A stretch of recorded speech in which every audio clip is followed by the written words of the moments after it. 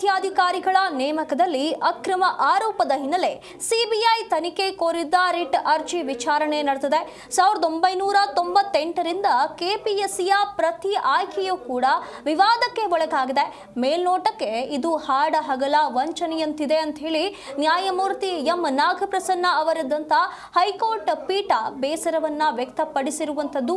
CID ತನಿಖೆಯ ವಿವರವನ್ನ ಒದಗಿಸೋದಕ್ಕೆ high court ಸೂಚನೆಯನ್ನ ನೀಡಿರುವಂತದ್ದು. ಇಲ್ಲಿ ತನಿಖೆಯನ್ನ ಸಿಬಿಐಗೆ ಯಾಕೆ ವಹಿಸಬಾರದು ಅಂತ ಹೇಳಿ ಹೈಕೋರ್ಟ್ ಪ್ರಶ್ನೆ ಮಾಡಿರುವಂತದ್ದು.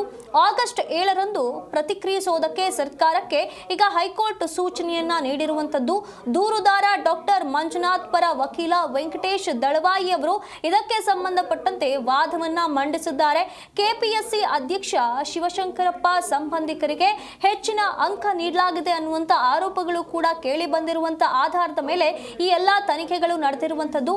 ಆ ವಿಷಯಕ್ಕೆ ಸಂಬಂಧಪಟ್ಟಂತೆ ಈ ಒಂದು ವಿಚಾರ ಏನಿದೆ ಅದರ ರಿಟ್ ಅರ್ಜಿ ವಿಚಾರಣೆ ಇಂದು ನಡೆದಿರುವಂತದ್ದು. ಇಲ್ಲಿ ಸಿಬಿಐ ತನಿಖೆ ಕೋರಿದಂತ ಈ ಒಂದು ರಿಟ್ ಅರ್ಜಿ ವಿಚಾರಣೆ ನಡೆದಿರುವಂತದ್ದು.